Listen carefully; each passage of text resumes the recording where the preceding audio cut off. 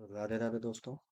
आज की वीडियो में हम बेसिक फार्मूला इन एक्सेल मतलब एक्सेल के अंदर जो बेसिक फार्मूला होते हैं उनके बारे में बात करने जा रहे हैं, जैसे कि addition, subtraction, division, percentage, average, maximum, minimum.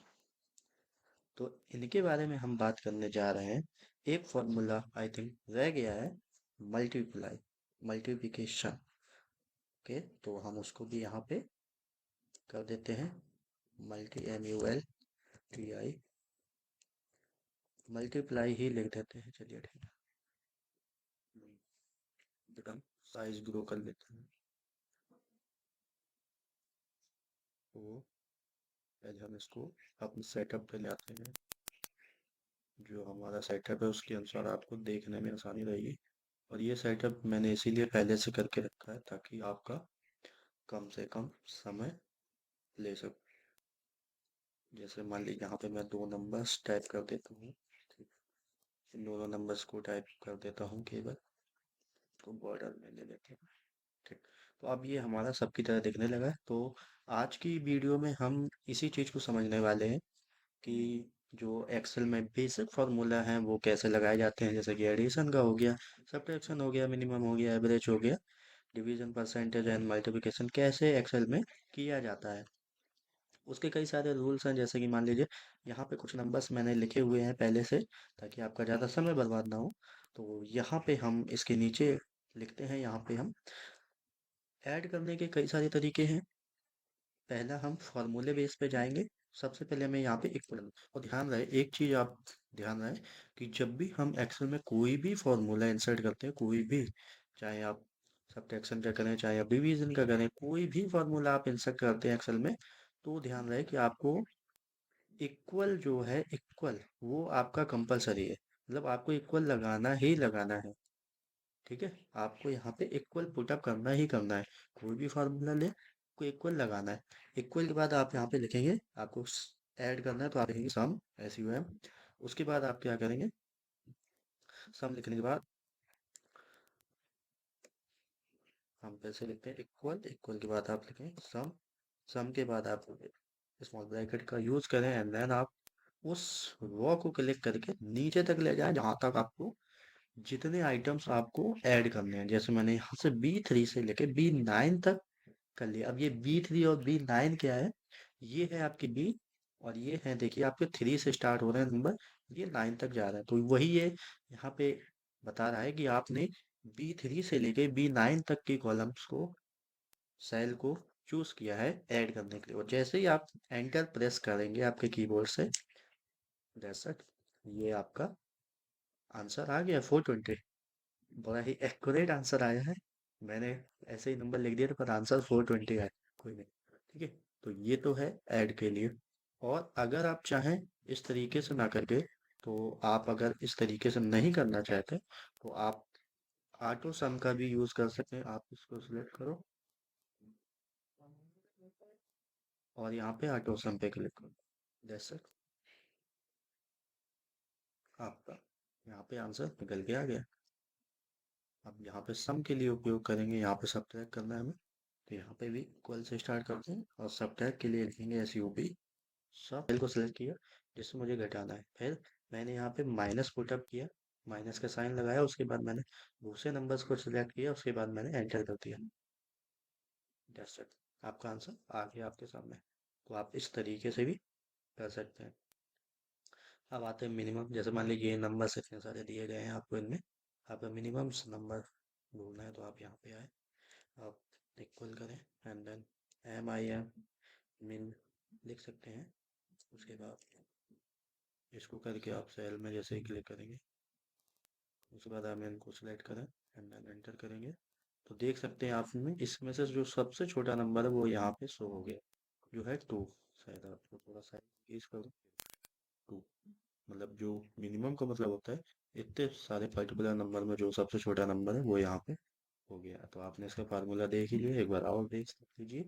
आपको इक्वल पुटअप करना है, उसके बाद MIN लिखना है, फिर ब्रैकेट लगाना है एंड देन उस नंबर्स को सिलेक्ट करना है। उसके बाद सारे नंबर्स को सिलेक्ट करना है जिससे आप ढूंढना है, फिर इसके बाद एंटर करिए। दैट्स इट, ये आपका आंसर निकल के आ गया। बात करते हैं डिवीजन की। तो डिवीजन में भी वही चीज़, इक्वल से स्टार्ट करेंगे। उसके बाद डिवीजन के लिए आपको जो साइन लगाना है वो स्लैश का साइन होता है। जैसे मान लीजिए मैं साइन से कर देता हूँ, जैसे मान लीजिए इसको मैंने किया, इस सेल को सिलेक्ट किया, उसके बाद मैंने स्लैश लगा दिया, उसके बाद मैंने इस सेल को सिलेक्ट किया एंड देन एंटर, आंसर आ गया। अब ऐसा हमने क्यों किया है? ऐसा हमने इसलिए किया है, अगर हम यहाँ पे डायरेक्ट करना चाहें तो वो भी कर सकते हैं। जैसे कि देखिए, जैसे मान लीजिए मैं अभी समझाता हूँ कि ऐसे क्यों किया है। अगर मैं यहाँ पे इक्वल लिखूंगा और यहाँ पे हम लिखते हैं जो नंबर्स ऊपर लिखे हैं, अगर मैं वही लिखता हूँ 800/400, एंटर, आंसर तो आ गया। लेकिन अब यहाँ पे दिक्कत क्या होगी? मान लीजिए आपको ये ऊपर वाला नंबर चेंज करना है, 800 से आपको चेंज करना है, आप लिख दें 700, एंटर करेंगे तो ये जो आंसर है आपका देखिए 2, ये चेंज नहीं हुआ। लेकिन अगर आप जैसे मैंने पहले किया था उस तरीके से करेंगे तो आपका ये जरूर चेंज होगा। इक्वल, इक्वल के बाद इसको सिलेक्ट करिए, स्लैश का साइन लगाइए, नीचे वाले को सिलेक्ट करिए, एंटर करिए, देखिए 2 आ गया। अब अगर आप इसको चेंज करेंगे, मान लीजिए मैं आपको इसको चेंज करता हूँ, इतना कर देता हूँ, देखिए आंसर चेंज हो गया, 2 से 3 हो गया। पर पहले जब हमने उस तरीके से वैल्यू दे के उसको लिखा था तब आंसर चेंज नहीं हो रहा था। तो ये डिफरेंस है, तो आप यहाँ पे देख सकते। अब हम बात करते हैं मल्टीप्लाई की। मल्टीप्लाई भी, अगर हम मल्टीप्लाई की बात करें, इक्वल से स्टार्ट होगा। अगर हम उस रो को सिलेक्ट करें उसके बाद कीबोर्ड से मल्टीप्लाई का साइन आपको पता होगा किस तरीके का होता है, उस साइन को आपको पुटअप करना है। उसके बाद उस नंबर को सिलेक्ट करिए, एंटर करिए, आपका आंसर आ गया। ठीक है, तो इस तरीके से आप मल्टीप्लिकेशन कर सकते हैं। तो हमने एडिशन समझ लिया, सब्ट्रैक्शन समझ लिया, मल्टीप्लिकेशन समझ लिया, डिवीजन भी समझ लिया। अब हम समझते हैं मैक्सिमम कैसे निकालते हैं। मैक्सिमम में इक्वल का क्लिक करेंगे, MAX लिखेंगे, एम कोष्टक लगाएंगे, इन सभी को सिलेक्ट करेंगे, एंटर करेंगे तो ये देखिए जो सबसे बड़ा नंबर है इनमें से वो शो हो गया है। तो शायद आपको समझ में आ रहा होगा। नहीं, अगर किसी आपको डाउट है तो वीडियो को फिर से पीछे करके आप एक बार देख सकते हैं।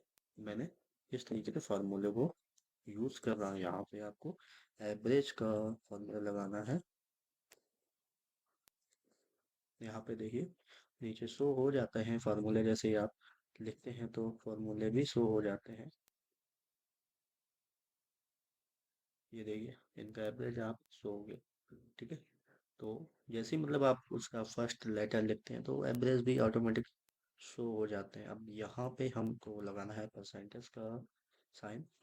तो पहले में परसेंटेज परसेंटेज निकालना है, तो हमें क्या करना पड़ेगा, नीचे वाले सेल में हम फिर से इक्वल का साइन लगाएंगे। इक्वल का साइन लगाने के बाद इस सेल को हमें सिलेक्ट करना पड़ेगा, क्योंकि इन सब का जो सम है वो 420 है, तो हमने इसको सिलेक्ट कर लिया।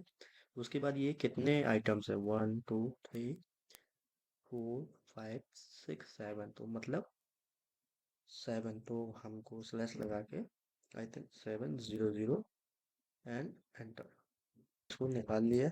अब अगर आपको नहीं समझ में आया, हम दोबारा से परसेंटेज को समझा देते हैं।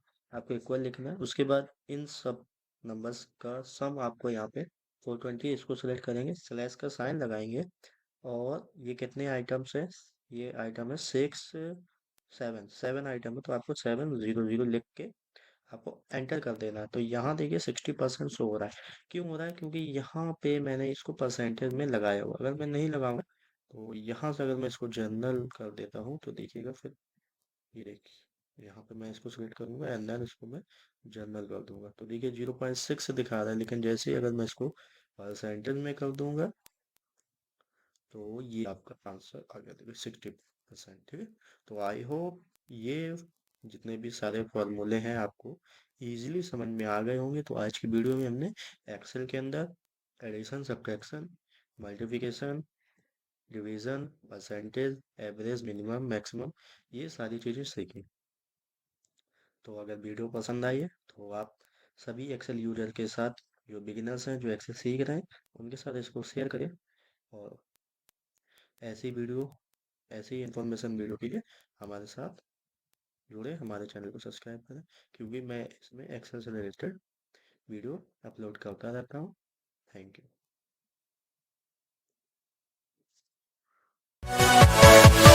Yeah.